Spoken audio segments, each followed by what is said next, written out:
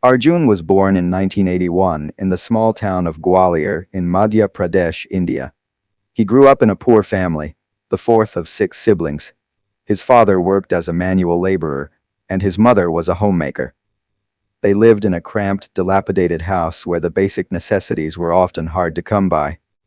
The family's financial struggles meant that they were unable to afford education beyond the basic level, and Arjun had to drop out of school after completing his high school education. With little choice, Arjun started working as a laborer from a young age. His meager earnings were essential for the survival of his family. He managed to find odd jobs in his hometown, but the pay was barely enough to keep his family afloat. As Arjun reached adulthood, he felt the burden of his poverty weighing on him. After some time, he made the decision to move to Agra, a nearby city that saw a constant flow of tourists, hoping that the job market there would offer him better opportunities. In Agra, Arjun found work in a high-end hotel catering to the needs of wealthy visitors. He started out as a bellboy, carrying luggage and running errands for the guests. Though he was often humiliated by the job's menial nature, he worked hard and hoped that the salary would help him save enough to improve his family's condition. Despite the grueling nature of the work, Arjun was hopeful that it would offer him a brighter future. Aisha was a 50-year-old woman from Mumbai who led a life of luxury and comfort. Born into a wealthy family, she was married to a successful businessman, Ramesh, who had made a fortune in real estate. Together they owned several properties across the city and led a lavish lifestyle. Aisha's life, however, was marred by a personal tragedy. Her husband Ramesh had died in a tragic car accident a few years prior, leaving her alone with a sprawling mansion and considerable wealth. Aisha's grief over her husband's death was compounded by her loneliness. She had 3 grown-up sons who were all living abroad, pursuing their careers and families. Despite her wealth, Aisha felt a deep emotional void. The once joyful mansion now felt empty, and she longed for companionship. To fill this emptiness, Aisha began seeking ways to rediscover happiness. In June 2005, after much deliberation, she decided to take a vacation and visit Agra, where she stayed in the same hotel where Arjun worked. This was her first trip to the city, and she hoped to relax and enjoy the beauty of the Taj Mahal. It was here that she first met Arjun.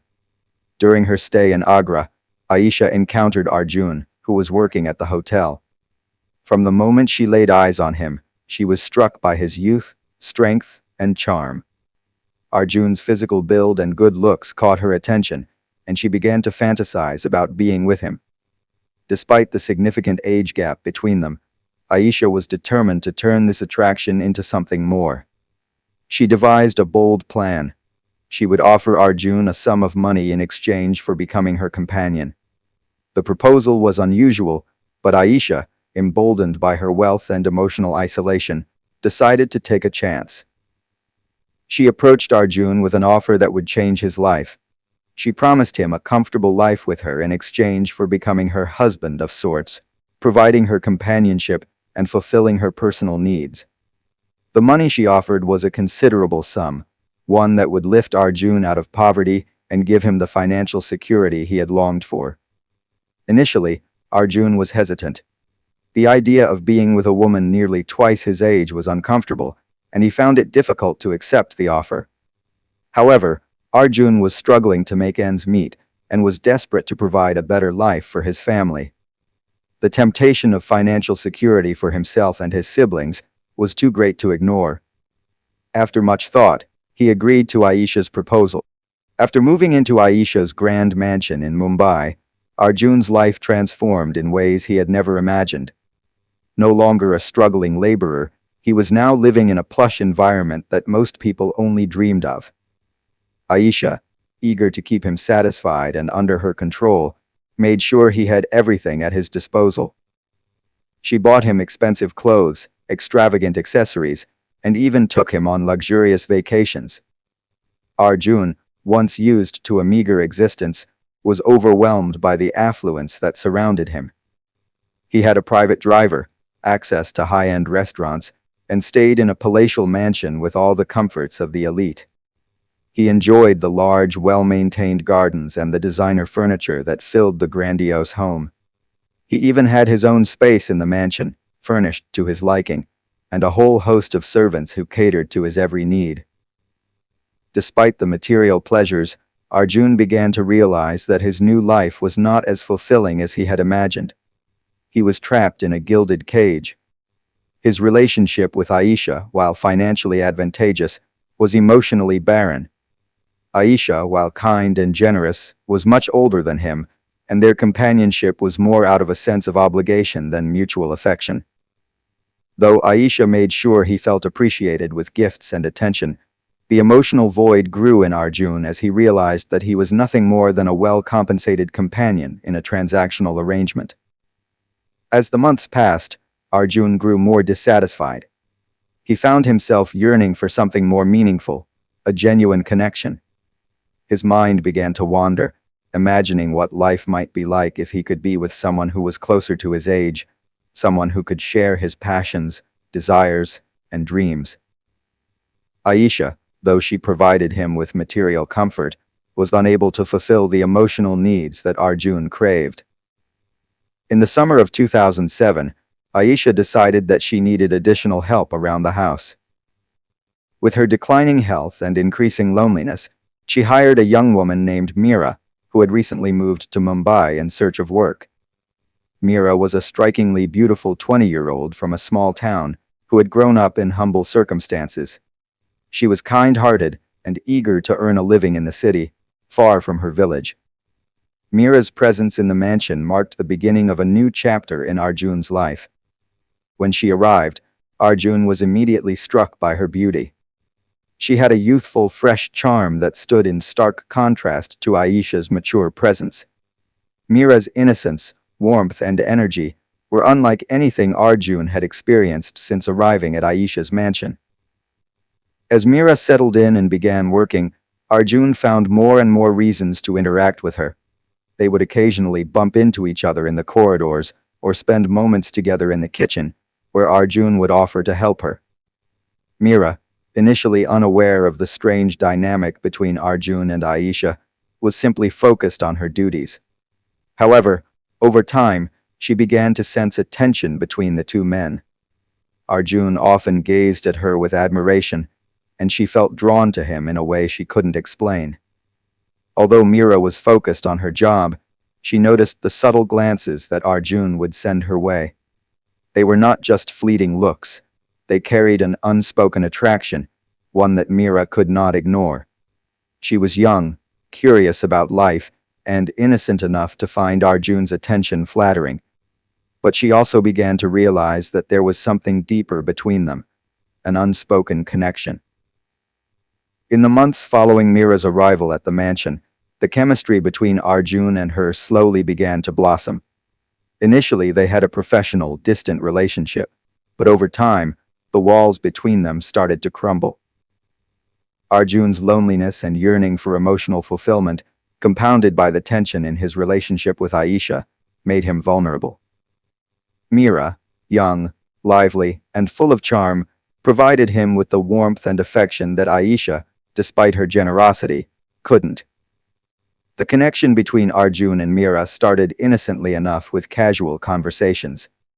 Arjun would find reasons to talk to her, often asking about her background, her small town, her dreams, and her life in Mumbai. Meera, in turn, would share her experiences of moving to the city, the challenges of being far from home, and her longing for companionship. It didn't take long for these interactions to become more intimate, with both of them sharing secrets and personal details that made their bond feel genuine. One evening, while walking through the lush gardens of the mansion, the air thick with tension, their chemistry became undeniable. As they stopped near a fountain, Arjun touched Meera's arm, and their eyes met with an intensity neither could ignore. Meera, though initially surprised by the closeness, didn't pull away. The attraction between them was magnetic, and in that moment, the boundary between employer and employee blurred. Their first kiss, soft and tentative, ignited a flame that neither could extinguish. Despite the risks, the forbidden nature of their relationship added an undeniable excitement. Arjun was both thrilled and terrified, knowing that the consequences of being caught would be disastrous. Mira, on the other hand, was conflicted. She was swept away by the attention and affection Arjun gave her, but she was also aware of the power imbalance in their relationship. However, their passionate encounters soon became regular, and they stole moments of intimacy whenever Aisha wasn't around. Arjun, now deeply enamored, began fantasizing about a future with Mira, where they could live together without the constraints of Aisha's wealth and control. Their affair soon evolved into an all-consuming love affair, with both of them constantly seeking ways to spend time together. As the affair between Arjun and Mira deepened, so did their dissatisfaction with their current lives. Aisha, while kind and generous, was a constant reminder of the life Arjun could never fully embrace. The age difference between him and Aisha, coupled with the emotional void in their relationship, made Arjun feel trapped. At the same time, Mira, young and full of ambition, longed for more than the life she led as a servant in the mansion. It was in the midst of their growing frustration and desire for freedom that Arjun came up with a chilling idea. If Aisha were gone, he could marry Mira, inherit her wealth, and live the luxurious life he had become accustomed to. Mira, initially shocked by the suggestion, found herself swept up in the excitement of the possibility of a life with Arjun, free from the constraints of servitude. One night, as the two lovers met in secret, Arjun floated the idea of Aisha's death. He proposed that they kill Aisha in a way that would appear to be natural, through poisoning. Arjun had observed Aisha's medical routines and knew that she had heart issues, which often required medication. He suggested they use a slow-acting poison that would mimic a heart attack or stroke, making it difficult to trace. Mira, while initially horrified, was eventually persuaded by Arjun's determination. He painted a picture of the life they could have, rich, free, and together, and the prospect of gaining everything they dreamed of was too tempting. They began to discuss the details of their plan. Mira would prepare Aisha's meals and subtly add the poison, ensuring it would go unnoticed. Arjun would play the role of the concerned lover, acting shocked when Aisha suddenly fell ill. The planning was meticulous. They chose a day when Aisha would be alone in the house, allowing them to carry out their scheme without any interruptions. They both knew the risks involved, but their desires overshadowed their fears. The plan was set into motion. The day of the poisoning arrived with a strange air of tension and anticipation. Mira had spent the day preparing Aisha's dinner, under the pretext of making something special for the holiday season. Aisha, a woman accustomed to enjoying the luxuries of life, was pleased by the gesture and accepted the meal with gratitude. However, this seemingly innocent dinner would mark the final chapter of her life. The poison Arjun and Mira had chosen, aconitum, was both potent and difficult to trace, known for its ability to mimic symptoms of natural causes like a heart attack or stroke. Mira had carefully measured the poison and laced it into the dish, ensuring that it would be undetectable to anyone without a trained eye. Asha, having dealt with heart issues in the past, would not find it unusual when she began feeling unwell after the meal. The fact that Aisha had a history of health problems made it easier for Arjun and Mira to go unnoticed. The dinner was served in the spacious dining room, a quiet affair. Aisha, smiling faintly, ate the meal with satisfaction. Mira and Arjun, sitting across from her, exchanged nervous but calm glances. It was a moment of finality. Aisha's fate was sealed with every bite she took. Around 45 minutes after the meal, Aisha began to complain of feeling lightheaded. Her face flushed, and she struggled to maintain her balance as she tried to get up from the table. She clutched her chest, visibly alarmed, and collapsed back into her seat. Arjun, ever the concerned husband, rushed to her side, his heart racing as he pretended to be shocked by her sudden distress. Mira stayed quietly in the background, watching the situation unfold. Aisha's breathing became labored, and within minutes, she lost consciousness. Arjun, his heart pounding, dialed the emergency services, but deep down, he knew that it was too late. The poison had already worked its way through her system, shutting down her organs one by one. The process was swift, and by the time the emergency responders arrived, Aisha was dead. The authorities were informed, and it appeared at first to be a natural death, a suspected heart attack. Aisha's pre-existing medical conditions had made it plausible that she had simply passed away in her sleep after a long life. The autopsy, however, would soon reveal a far darker truth.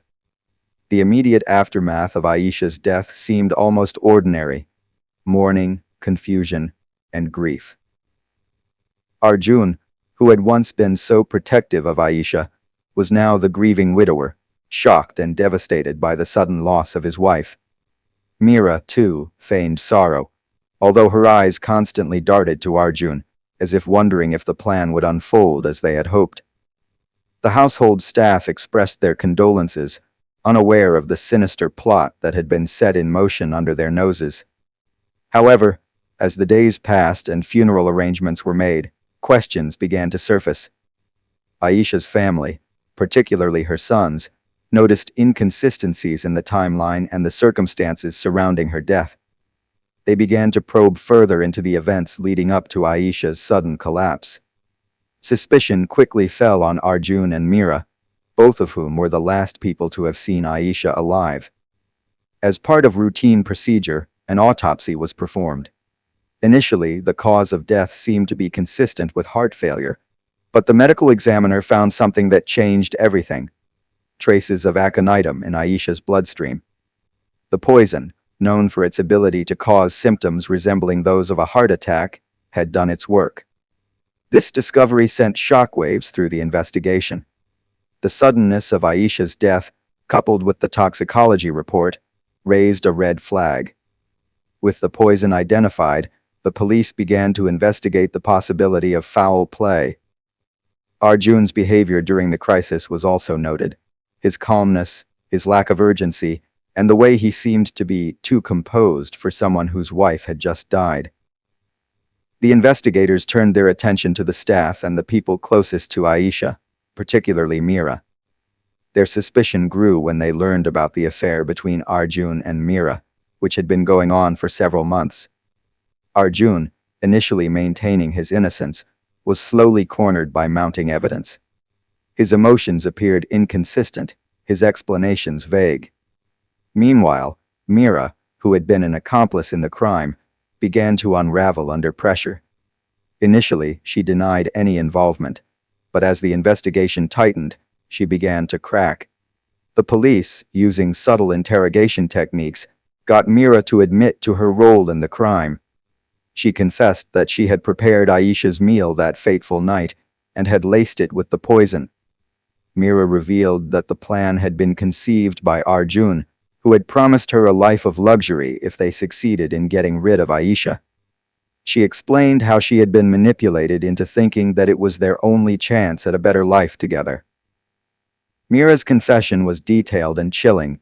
She spoke of how she had mixed the poison into the food and watched Aisha eat, unaware of how quickly things would spiral out of control.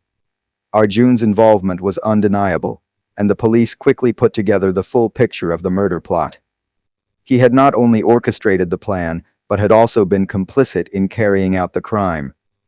The lovers, once emboldened by their desire for wealth and freedom, were now facing the consequences of their actions. Both were arrested, and the case quickly gained public attention. The trial of Arjun and Mira began in the summer of 2008. It was a highly publicized event, with media outlets covering every detail of the proceedings. The courtroom was filled with curious spectators, some of whom had known Aisha and were still struggling to come to terms with the fact that she had been murdered by the very people she had trusted. The prosecution presented a damning case. They called expert witnesses who explained the deadly effects of aconitum, as well as the autopsy results that confirmed the presence of the poison in Aisha's system. They also introduced the confession of Mira, which was crucial in tying Arjun to the crime. Mira's testimony was particularly damaging. She recounted in vivid detail how she had laced Aisha's food with poison, her emotions fluctuating between guilt and fear. The prosecution argued that Arjun and Mira had conspired together, motivated by greed, to kill Aisha in order to inherit her wealth and live a life of luxury. They emphasized the premeditated nature of the murder, highlighting how the two had carefully planned the crime and acted together to carry it out. The fact that both Arjun and Mira had a clear motive and opportunity to commit the murder made their guilt almost irrefutable. Arjun's defense was weak. His lawyer tried to argue that he had been manipulated by Mira, that he was not fully aware of the extent of the crime, and that he had never intended for Aisha to die. However, this argument did not resonate with the jury. Arjun's calm behavior during the crisis, his attempts to cover up the murder, and his affair with Mira all painted him as a cold and calculating individual. The defense's attempt to shift blame onto Mira was not convincing. Mira, in her defense, expressed remorse and claimed that she had been coerced by Arjun into participating in the murder.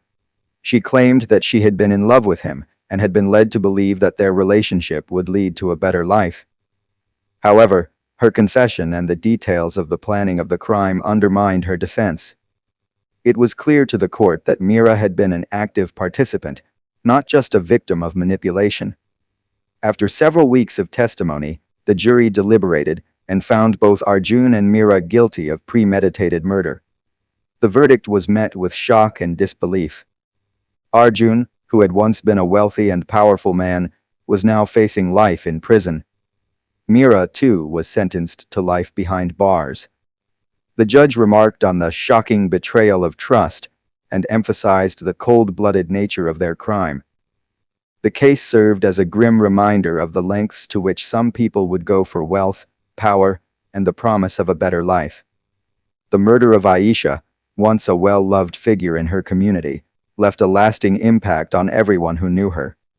For Arjun and Mira, their affair and their plot to kill Aisha had cost them everything they had ever wanted, and their lives would never be the same again.